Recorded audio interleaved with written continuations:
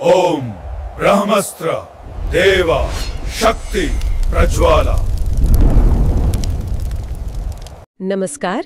आज हम एक ऐसे विषय पर बात करने जा रहे हैं जो प्राचीन भारतीय ग्रंथों में बहुत रहस्यमयी और शक्तिशाली माना जाता है, ब्रह्मास्त्र। हाँ बिल्कुल, और हमारे स्रोत मुख्य रूप से महाभारत और रामायण जैसे ग्रंथ ही हैं जहाँ इसका जिक्र बार बार आता है। तो ये ब्रह्मास्त्र आखिर था क्या? सिर्फ एक हथियार या कुछ और? नहीं, सिर्फ हथियार नहीं, इसे मतलब देवताओं का सबसे शक्तिशाली अस्त्र मानते थे। कहते हैं कि भगवान ब्रह्मा ने इसे बनाया था और इसे चलाना वो हर किसी के बस की बात नहीं थी। बहुत कड़े नियम थे। कड़े नियम अच्छा। और इसका जो वर्णन मिलता है ग्रंथों में वो तो काफी चौंकाने वाला है। ऐसा लगता है जैसे ये कोई साधारण तीर या तलवार नहीं। हाँ बिल्कुल नहीं, वर्णन बहुत ही क्या कहते हैं विस्मयकारी है। कहा जाता है कि इसमें पूरी पृथ्वी को या कम से कम जीवन को नष्ट करने की क्षमता थी। पूरी पृथ्वी को? बाप रे। और जब इसे चलाते थे तब क्या होता था? हाँ देखिए, अब जब इसे चलाया जाता था तो कहते हैं आकाश में जैसे हजारों सूरज एक साथ उगाए हो वैसी चमक होती थी। एक बहुत बड़ा आग का गोला या स्तंभ जैसा उठता था, धुआं और आग। भयानक। और धरती पर उसका क्या असर होता था? धरती पर भी उतना ही विनाशकारी। जमीन कांपने लगती थी, इतनी गर्मी बढ़ जाती थी कि सब कुछ जैसे पिघलने लगता था। नदियां तालाब सूख जाते थे। मैंने ये भी पढ़ा है कि हाथी जैसे विशाल जानवर भी झुलस कर राख हो जाते थे। क्या ये सच है? हाँ, ऐसे वर्णन मिलते हैं। और सबसे अजीब बात तो ये है कि इसका असर फौरन खत्म नहीं होता था, वो लंबे समय तक रहता था। लंबे समय तक? मतलब जिस जगह पर ब्रह्मास्त्र चलता था वो जमीन दशकों तक, शायद सदियों तक बंजर हो जाती थी। बिल्कुल बंजर यानी वहाँ कुछ उगता नहीं था? कुछ भी नहीं, न घास न पेड़ पौधे, कोई जीव जंतु बचता नहीं था।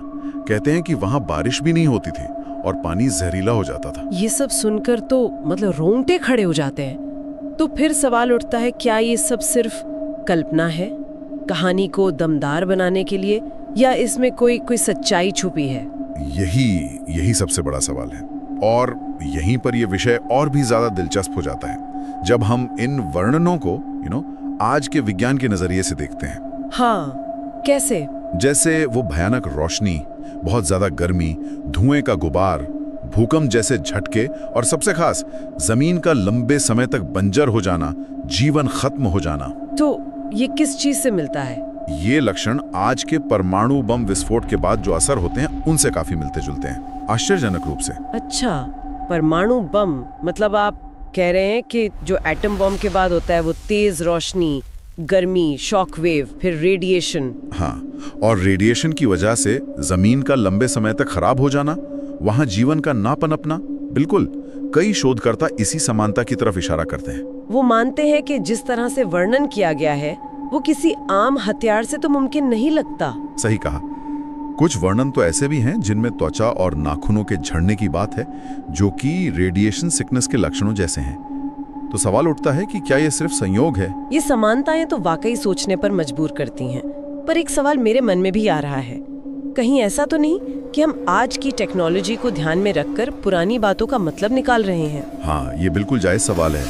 ये भी हो सकता है कि हम अपनी आज की समझ को उन पर थोप रहे हों। हो सकता है इसका कोई और मतलब हो, कोई प्रतीकात्मक अर्थ। बिल्कुल, कई विद्वान मानते हैं कि ये वर्णन पूरी तरह सिंबॉलिक है, शायद शक्ति का या विनाश का या युद्ध के बुरे परिणामों को दिखाने का एक काव्यात्मक तरीका। इसे लिटरली लेना शायद सही ना हो। और एक बात और ध्यान देने वाली है, ब्रह्मास्त्र चलाने के लिए सिर्फ तकनीक नहीं बल्कि बहुत गहरा मानसिक अनुशासन, आध्यात्मिक शक्ति और मंत्रों का सही ज्ञान चाहिए था। अच्छा, मतलब ये सिर्फ एक मशीन जैसा नहीं था, इसे कोई भी इस्तेमाल नहीं कर सकता था? नहीं, बिल्कुल नहीं। ऐसे बहुत सोच समझकर और केवल आखिरी उपाय के तौर पर ही इस्तेमाल करने की बात कही गई है। इसके लिए एक खास तरह की योग्यता चाहिए थी। तो क्या ये विज्ञान और आध्यात्मिकता का मिला जुला रूप था? एक ऐसी शक्ति जिसे पाने के लिए बाहरी और भीतरी दोनों तरह की काबिलियत जरूरी थी। इस संभावना से इनकार नहीं कर सकते। शायद उस समय ज्ञान को इस तरह अलग अलग बांट कर नहीं देखा जाता था जैसे हम आज देखते हैं। फिजिकल साइंस और चेतना का विज्ञान शायद साथ साथ चलते थे। हो सकता है ब्रह्मास्त्र का रहस्य इसी में छुपा हो कि ये ग्रंथ सिर्फ कहानियां नहीं बल्कि उस युग के ज्ञान और शायद किसी भूली हुई टेक्नोलॉजी की झलकियां हों। सही। निष्कर्ष यही है कि चाहे ये असलियत में कोई हथियार रहा हो या एक बहुत शक्तिशाली प्रतीक, इसका वर्णन हमें सोचने पर मजबूर करता है, प्राचीन ज्ञान और आधुनिक विज्ञान के बीच के संभावित रिश्तों पर। बिल्कुल, ये एक ऐसा सवाल है जिसका पक्का जवाब शायद हमें कभी ना मिले, वो इतिहास में ही कहीं दबा है। हाँ, पर यह सोचना ही कितना रोमांचक है कि हमारे पूर्वजों के पास शायद ऐसा ज्ञान था जिसे हम आज फिर से समझने की कोशिश कर रहे हैं। और यही विचार हम अपने श्रोताओं के लिए छोड़ जाते हैं। क्या इन प्राचीन कथाओं में, जैसे ब्रह्मास्त्र के वर्णन में, विज्ञान और अध्यात्म के बीच कोई खोई हुई कड़ी हो सकती है? क्या ये हमें अपने अतीत और शायद भविष्य को भी बेहतर समझने में मदद कर सकती है?